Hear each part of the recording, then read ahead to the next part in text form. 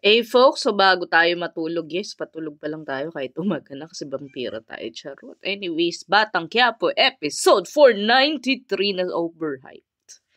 But actually, all out talaga sila dito. But ang unang tanong ko, Olga, sobrang yaman mo. Bakit hindi ka na nag-hire ng sniper? Para tapos na si Tanggol. But of course, hindi pwede matapos sa Batang Quiapo. Kailangan umabot siya ng 1,000 episodes. Anyways, so yun na nga. Nilagay kasi niya sa ano ni Noy eh.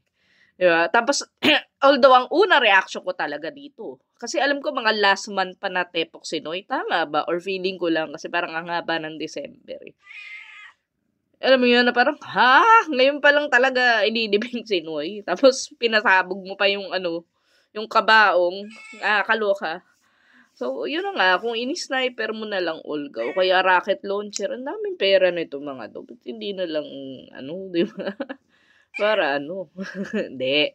Anyways, siguro pinaka-highlight sa akin, bukod dun sa kariton, basta kartsy ni Coco na mabaril siya pala baligtad. Diba, is yung, yung reaction talaga ni Coco na parang nag-exchange sila na parang, sino ka ba talaga, ganyan. Sila ni Olga, parang pagalingan sila ng ham acting, which is bagay naman dyan. Kasi tandaan nyo yung action, parang homage to dun sa action films talaga ng Pinoy ng mga dati. So, hindi siya yung mga Eric Mati na realistic acting, di ba, na parang, alam mo yun, more on drama. Ito kasi yung drama nito, talagang high drama, melodrama. Talaga yung ganun yung bibig ni Coco eh. Tinayo. Hindi ko pa napanood. Gumagano na yung bibig sa galit eh. Tapos naman, pinapaos pala rin si Irma Adlaw. Yung nga tipong, yun, parang, pinatay mo si Greg. Ganun yung boss. Nakuha ko ba?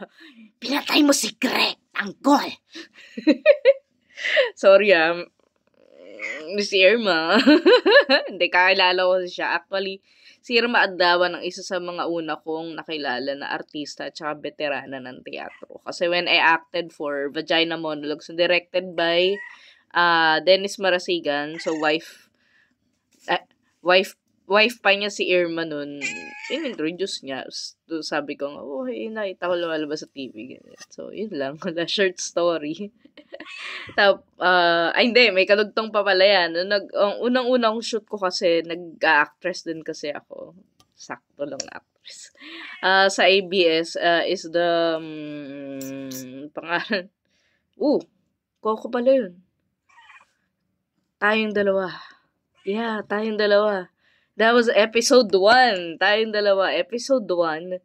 Then, basta bar scene yun eh. Yeah. Yeah, that was episode 1. Oh my God, episode 1 pala yun.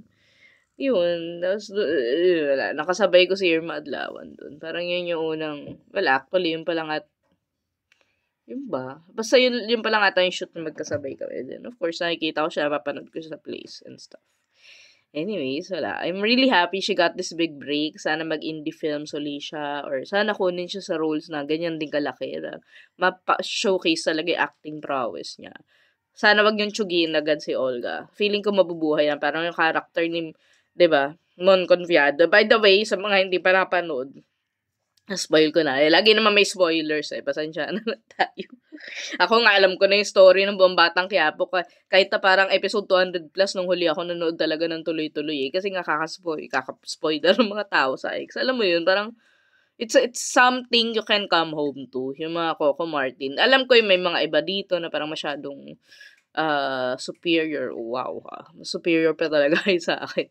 Naayaw talaga ng mga Coco Martin na palabas like FPJs, di ba, ang probinsyano. So, ngayon na, Batang Quiapo. But for me, it's something you can come home to Na yung tipong kahit ma-miss mo yung madami episodes, pag pinanood mo, kagaya niya highlight, like ako, di ba, ang tagal ko nang di nanood, it's something na, parang ang dali mo makahabol.